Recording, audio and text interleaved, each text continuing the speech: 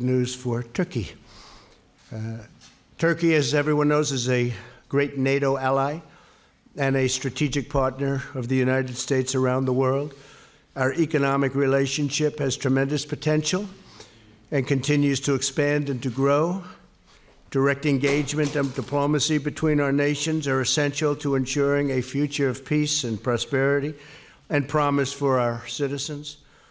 Over the course of the day, President Erdogan and I had a frank and productive conversation on a range of very important topics. Among those topics we discussed was the situation in Syria.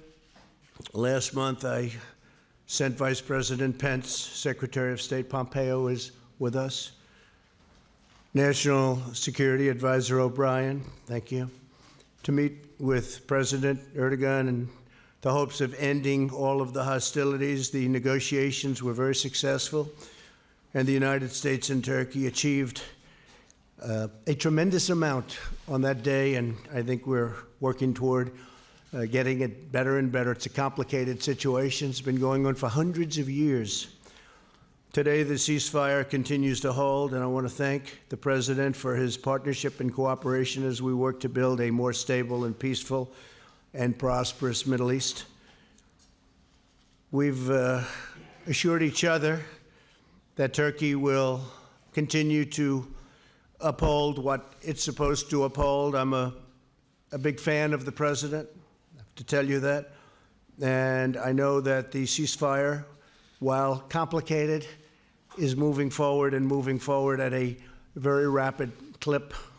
There's a lot of people that want to see that work after so many decades and so many centuries, you might say. The United States and Turkey are working extensively on many other security issues. Turkey has the second largest armed forces in NATO after the United States, and they're a very strong second, I might add. And I'm pleased that Turkey has been steadily increasing its defense spending and is very close to the 2% of GDP range, unlike many of the other countries. At this moment, there are 8 out of the 28 countries that are current in terms of their obligation financially.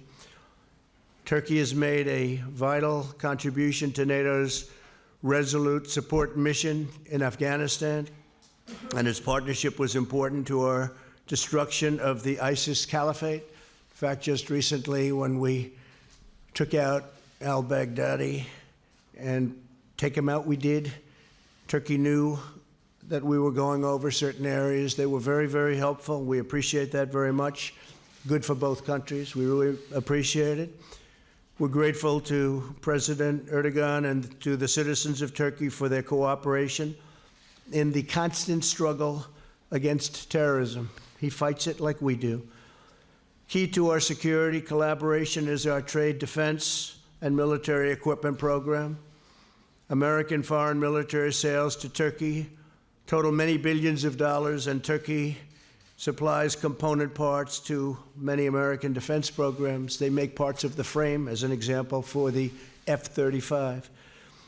Turkey's acquisition of sophisticated Russian military equipment, such as the S-400, creates some very serious challenges for us, and we are talking about it constantly. We talked about it today. We're talking about it in the future. Hopefully, we'll be able to resolve that situation. We've asked our Secretary of State and Minister of Foreign Affairs and our respective national security advisors to immediately work on resolving the S-400 issue. We've also recently agreed to work toward a $100 billion two-way trade agreement. Secretary Ross is here, and I think we've made tremendous progress in that. We have a lot of trade with Turkey, but it could be many times larger, and Turkey would like to see that, and it would also be good for the United States. So we intend to bring it up to about $100 billion. That would be 4 times what it is right now. Our goal is to expand commerce between the United States and Turkey, reduce our trade deficit, and ensure a truly fair and reciprocal relationship. We are, just for those of you that have any interest, we discussed it today also. Our trade agreement with China is moving along very rapidly. We'll see what happens, but it's moving along rapidly. China wants to make a deal, that I can tell you. one of my chief priorities as president has been removing the barriers to American trade and investment and ending the illicit practices that harm our workers. We encourage Turkey to further open its markets, and they are doing that. They are doing that very much toward American goods and American services. Our markets are open. Turkey is opening up their markets, and they're opening up rapidly. Mr. President, as we have seen in recent weeks, the U.S.-Turkish alliance can be a powerful force for security and stability, not only in the Middle East, but beyond. I look forward to working with you and to your representatives. I want to thank you very much all for being here. I've gotten to become very familiar with all of you, and I really appreciate you doing a fantastic job for the people of Turkey. And I look forward to continuing to find a common ground, harness common purpose, and to advance the vital interests of our people and the abiding friendship between our nations. We have a great relationship, both personally and with the great country of Turkey, and we look forward to moving that forward and making it an even bigger and better relationship. Thank you very much. Thank you. Thank you. Thank you very much. Thank you. Sayın Başkan, Mr. President, my dear friend, distinguished ministers, secretaries, distinguished members of the press, I would like to, at the onset, salute you with my most heartfelt emotions on behalf of myself and my nation. First and foremost, I would like to thank my dear friend President Trump and the First Lady of the United States for being such gracious hosts today. We've managed to comprehensively discuss all the issues in our agendas with Mr. President all throughout the day, and the discussions were very sincere. We all agree that we need to further profound our cooperation and that Turkish-American relations should be erected upon a strong and a very healthy foundation. I think we should remain resolved in order to open a new chapter in our relations which are in full compliance with our deeply rooted alliance. konusunda karşılıklı We have reciprocally stated our will to fight terrorist organizations imposing a clear and a present danger upon our national security. We have especially underlined the significance of fighting against Daesh in a sustained fashion, especially in the aftermath of the demise of Baghdadi, the death of Baghdadi. We have detained several prisoners trying to flee the prisons in Syria and come to Turkey, and we currently have more than 200 Daesh terrorists who have been incarcerated. And with the Operation Peace Spring initiated on October the 9th, Turkey took another step forward in fighting terrorism in a very resolute fashion. Our country, with this operation, blew a very significant impact upon the separatist agenda of terrorist organizations such as PKK and YPG in Syria. yakaladığımızı düşünüyoruz. In order to further strengthen our cooperation in Syria, we believe we have gained a significant momentum with our October 17th agreement or memorandum.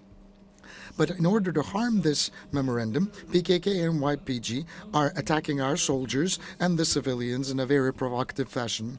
And in the last 24 hours, more than 19 attacks and harassing shots took place. And at the beginning of this month, in Tel Abyad, a bomb was placed, an explosive device was placed in outdoor market, and as a result of the explosion, 13 civilian lives were lost. Despite all of these developments, in order to settle the conflict in Syria in a sustained fashion, we are reiterating our commitment to our memorandum, our agreement with the United States. But some circles who are empathetic towards these terrorist organizations are feeling deeply upset, they are deeply disturbed, and they are using this information in order to cloud the understanding of the public opinion and that perception with the eventual gain or goal of harming our relations. And some historical developments and allegations are being used in order to dynamite our reciprocal and bilateral relations.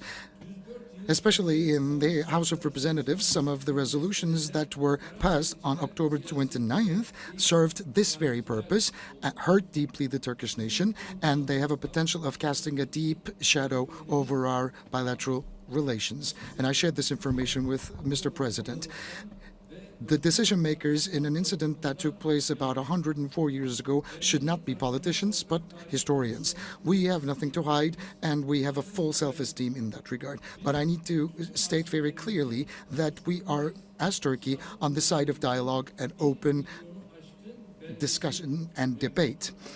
And we have voiced our proposals to the Armenian party to open the archives reciprocally and establish a history commission. I believe the Senate will take the United States out of this vicious cycle which happened as a result of the resolution of the House of Representatives. Turkey and the United States stand side by side in order to fully eradicate Daesh and in order to bring peace and stability to Syria once and for all. And for this purpose, we should keep on working together. Turkey remains, or it should be, the most reliable partner of the United States in this region to achieve these targets. We are the only NATO ally, as Turkey, who has fought Daesh in a very resolved fashion. And until so far, we have detained 7,680 foreign fighters, and we have sent them back to their countries of origin. And we have banned entry to 77,000 individuals who are considered to be affiliated with Daesh terrorist organization. And right now in our prisons, a total of 1,216 Daesh members are incarcerated, coming from 40 different countries. We have quite recently detained 287 individuals, including women and children, who have fled the prisons that PKK and YPG used to control. Our country is being showcased as a target, and this terrorist organization caused 304 Turkish citizens to die, and against which we are going to keep on fighting. And it's very important to understand that the foreign fighters should be accepted by the countries of origin. And we have the same understanding with President Trump in order to convince the countries of origin to do this. Distinguished ladies and gentlemen, we have a borderline of 911 kilometers with Syria. And when the war broke out 9 years ago, we were the ones at the forefront impacted heavily, and maybe the most. Currently, we have 3,650,000 Syrian refugees and a total of more than 4 million refugees. And we have spent about $40 billion, even beyond that, for these refugees in our country. And until so far, Europe only sent 3 billion euros despite a higher pledge through our NGOs. And similarly, we are providing sustained humanitarian aid to more than 3 million people living on the Syrian territory. Back in the year 2015, at the G20 Antalya summit, I launched an appeal in order to establish a safe zone in Syria. But because of the delay, tens of thousands of civilian lives were lost. This problem cannot continue forever and ever. Previously, with our Operation Euphrates Shield and Operation Olive Branch, we have managed to clear an area of 4,000 square kilometers of terrorist presence. And I agree with the proposals of the President. It's very important to realize our goals. I said Operation Euphrates Shield and Operation Olive Branch, and through these operations, we've managed to repatriate 365,000 Syrians back to their motherlands, especially in Jarablus. And thanks to the Operation Peace Spring, we have secured many towns and many villages, and the rightful settlers are going back. We have shared our projects with President Trump, and our several plans for the safe zone, and with the support of the United Nations and international community, we can repatriate many more Syrian refugees in the northern part of Syria. We're talking about an area of 444 kilometers in length and 32 kilometers in depth. 1 million people can be repatriated, and in Raqqa and Deir ez-Zor, 1 million more individuals can be repatriated, so a total of 2 million refugees can be repatriated. Ladies and gentlemen, as you know, the Fethullahist terrorist organization known as FETÖ attempted to destroy the constitutional order of Turkey with a failed coup attempt, and it is a terrorist organization behind this failed coup. They have killed 251 individuals, harming 2,193 citizens, and they have even dared to bomb our parliament airborne. We have once again accentuated our expectations vis-à-vis our friends at the U.S. administration to once and for all eradicate FETÖ presence here. And we have also discussed with President Trump how to achieve the $100 billion trade volume threshold as soon as possible. We believe that we should not confuse political incidents with commerce-related aspirations. And our secretaries of commerce are currently heavily invested in achieving the $100 billion threshold. We hope and pray that we will shy away from certain measures which will make it much more challenging for us to reach these targets. And we have also quite naturally discussed our deeply rooted relations in the field of defense industry. Primarily the S-400 system and the F-35 program, we can only surmount the hurdles that we experience through dialogue. My dear friend previously stated back in Osaka at the G20 summit the injustice orchestrated against Turkey in terms of the acquisition of Patriot missiles. And we have clearly stated to President Trump that under suitable circumstances we could acquire Patriot missiles as well. As Turkey, we are ready and committed to sustain a very constructive dialogue with the United States Congress, and this is an idea that I've shared with President Trump as well. So with these thoughts in mind, I hope and pray that our discussions and deliberations all throughout the day with President Trump will yield the most auspicious results. I would like to take this opportunity to thank President Trump for their kind invitation and for being such gracious hosts all throughout the day. On behalf of my personal self, on behalf of my delegation, I would like to thank you. Well, thank you very much, Mr. President. And I called up the Senate. I asked a couple of our senators, and we really ended up with 5, and others wanting to come, and we'll keep them apprised. But some of them joined us. They happen to be here. Senator Jim Risch, thank you, Jim, very much. Ted Cruz, thank you very much. Lindsey Graham, Lindsey, thank you. And Rick Scott, thank you, Rick, very much. Joni is here, Joni Ernst, someplace. These are people that want to see peace in the Middle East, and I thought it would be appropriate to have them come over. And they met with the president, and we had a lot of very frank discussion. And we're dealing with a very big subject, a complex subject. It's been going on for centuries in many cases, but we're making a lot of progress, tremendous progress in the Middle East. Okay, a couple of questions. Go ahead. OAN, go ahead.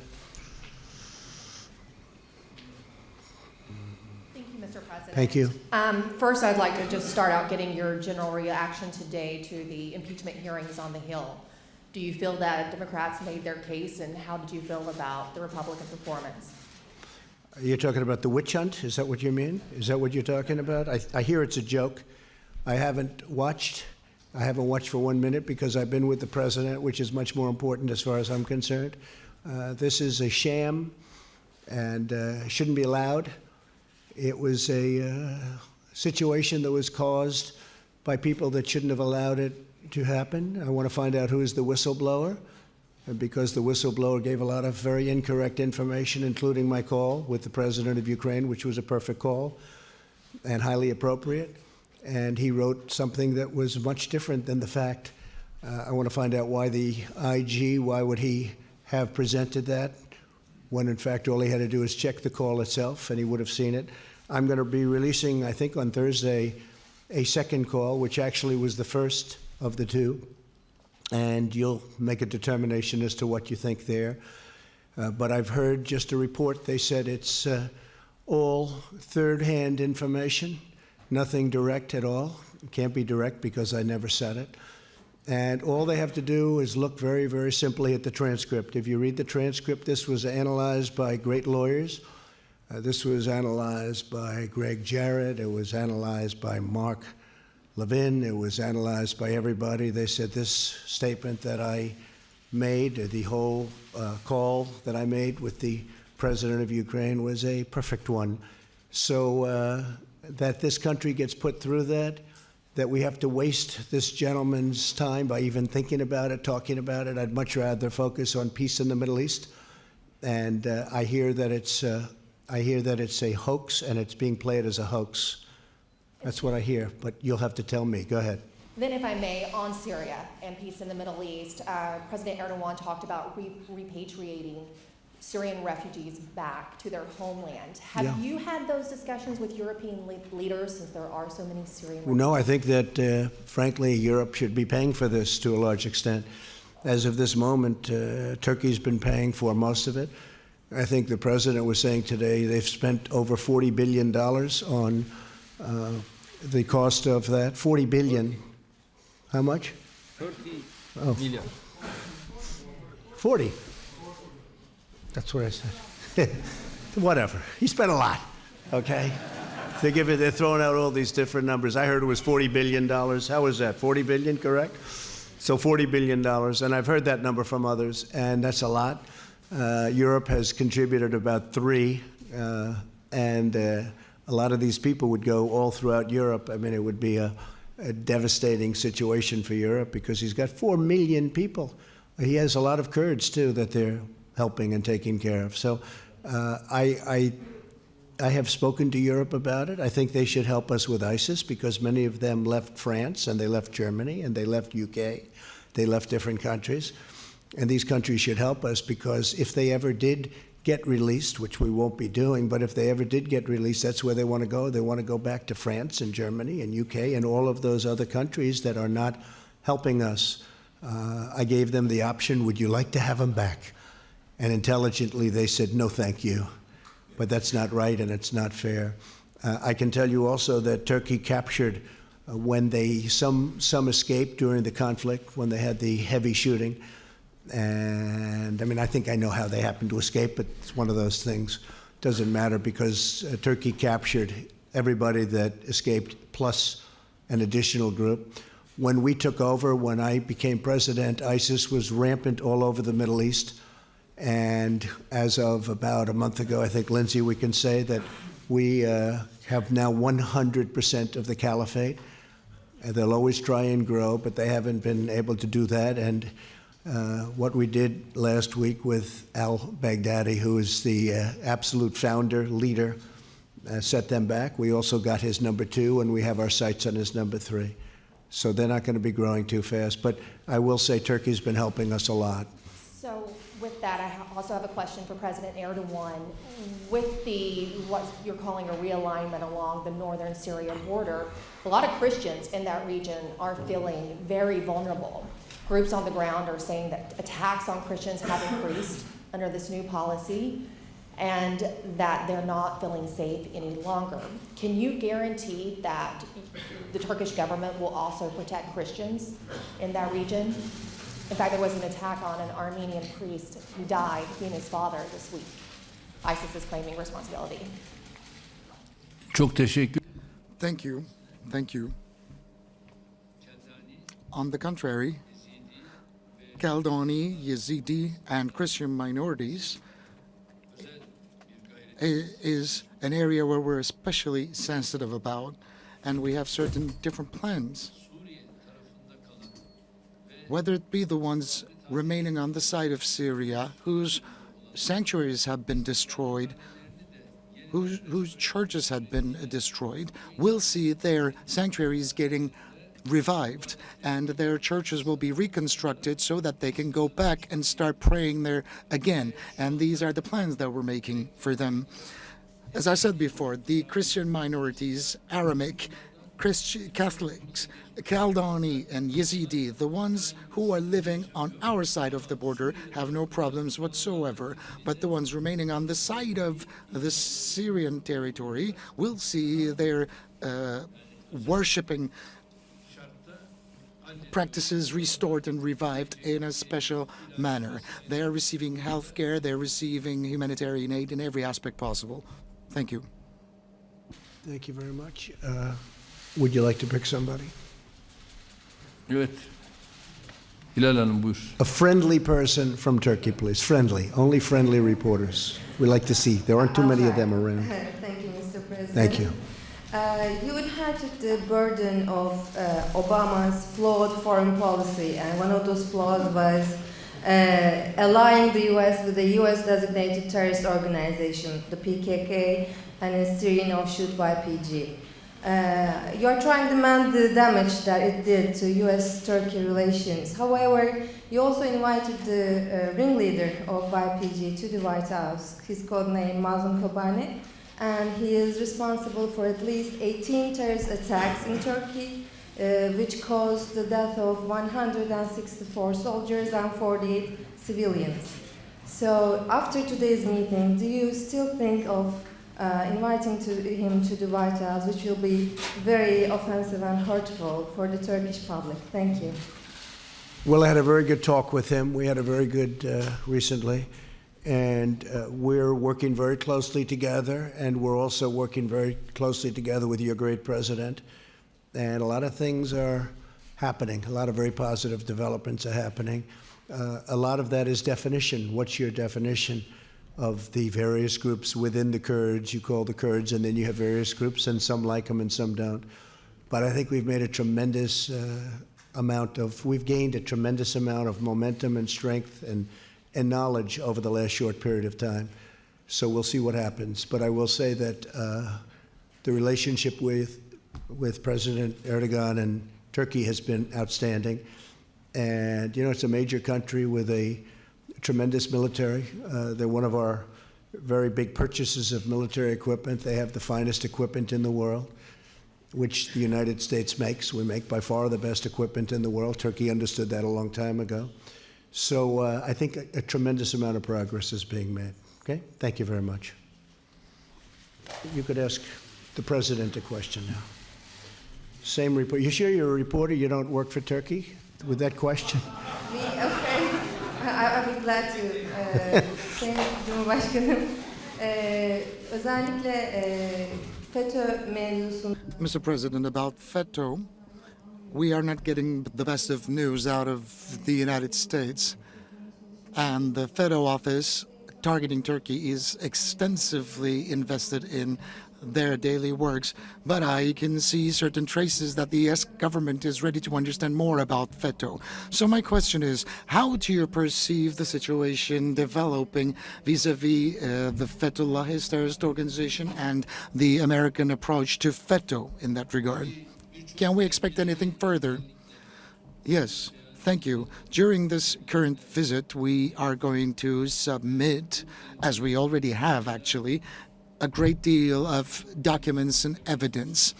And FETÖ is a terrorist organization, and he is the leader, the ringleader of this terrorist organization.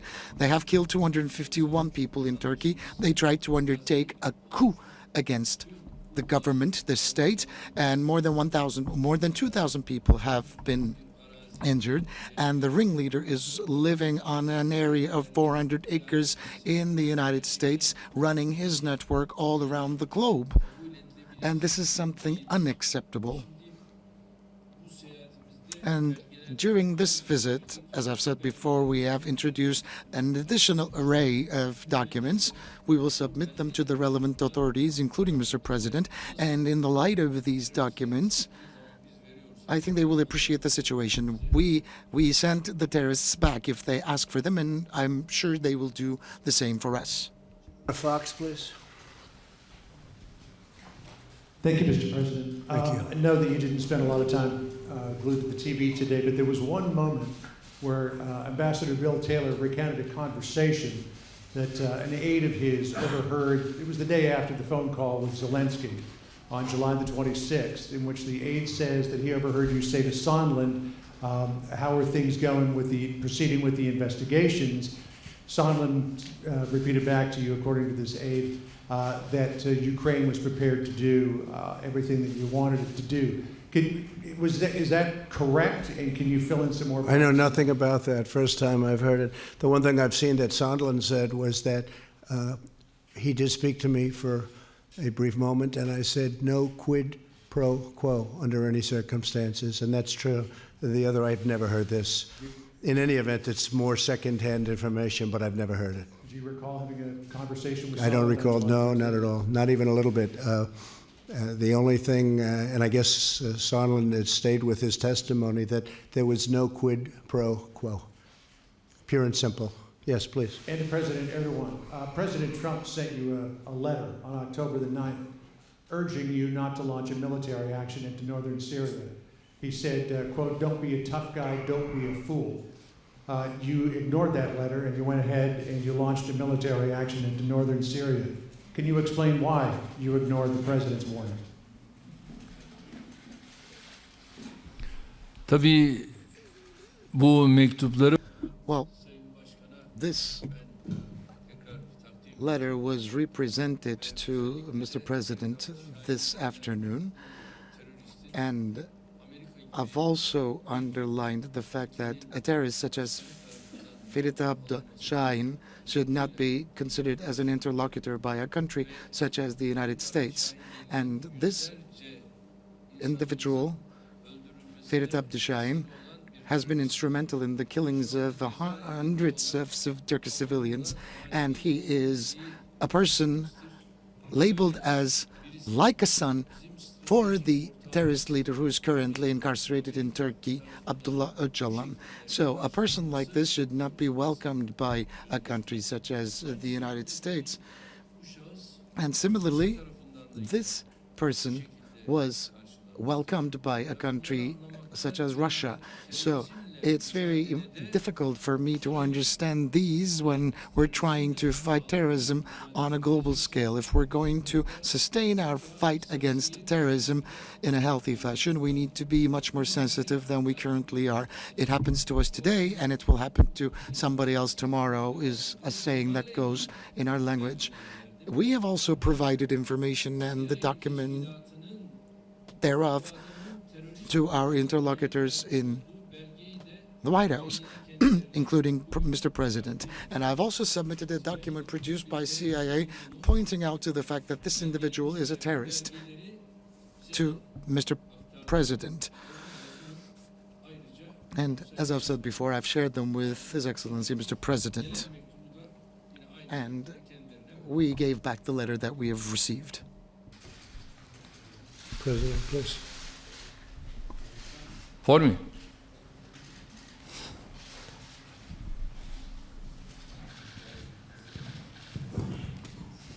Thank you very much, Mr. Kurd from Kurdistan. Thank you very much, Mr. President, for all you have done for Kurdistan and for Peshmerga in fight against ISIS. Yep. Thank you very much. I appreciate that. My question is, all senators I meet, all of them, I interviewed them, they believe Kurdistan is very unique in the Middle East and protect all minorities. Right. What is your clear policy on the Kurds right now? And another question for President Erdogan, why you are not able for negotiation with the Kurds in Syria as Iraqi Kurdistan? Do you think they will be your friends in future? Thank you very much. Thank you very much, Mr. Well, thank you very much. And I will say that we've had a great relationship with the Kurds, and we fought with them very successfully against ISIS. We fought together. We have great generals and we have great equipment, and it certainly helped a lot. But we were very, very successful, and we captured, as I said before, 100%.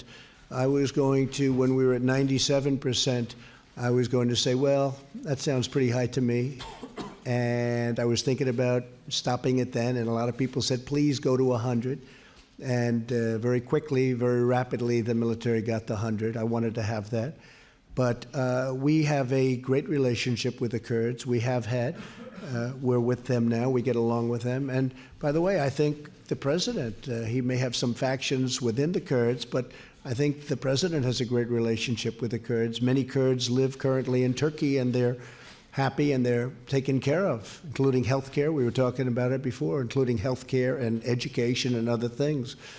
So that's really a misnomer. But our relationship with the Kurds has been a very good one. Okay? Thank you. Öncelikle bir şeyi birbirinden ayırt et. First, we have to make a distinction between two things. We have no problems with the Kurds. We have problems with terrorist organizations. Some terrorists coming out of the Kurds. Which are they? What are they? PYD and YPG, which are offshoots of the terrorist organization PKK. Just as we have no problems with our brothers and sisters in the northern part of Iraq, where we enjoy great relations, and we have no problems with, similarly, our brothers and sisters in the northern part of Syria. During the times when Assad was not recognizing the Kurdish presence in the northern part, I told him that he needs to give these individuals passports and that he was making a mistake. And secondly, there's something really important. I want you to know this. My political party has more than 50 MPs of Kurdish ethnicity in the Turkish parliament. We don't have problems with the Kurds, but we have problems with the terrorists. And of course, you're not going to own up to the terrorists, are you? Whoever they are, whoever they might be, but we have to make a distinction here. We're just fighting terrorists, period. Because the terrorists don't have an ethnicity, they don't have a nationality, they don't have a flag. If they are terrorists, that is a terrorist. If you don't fight back, then tomorrow you will have to pay a very hefty price. Thank you. Thank you very much, everybody. Thank you. Thank you.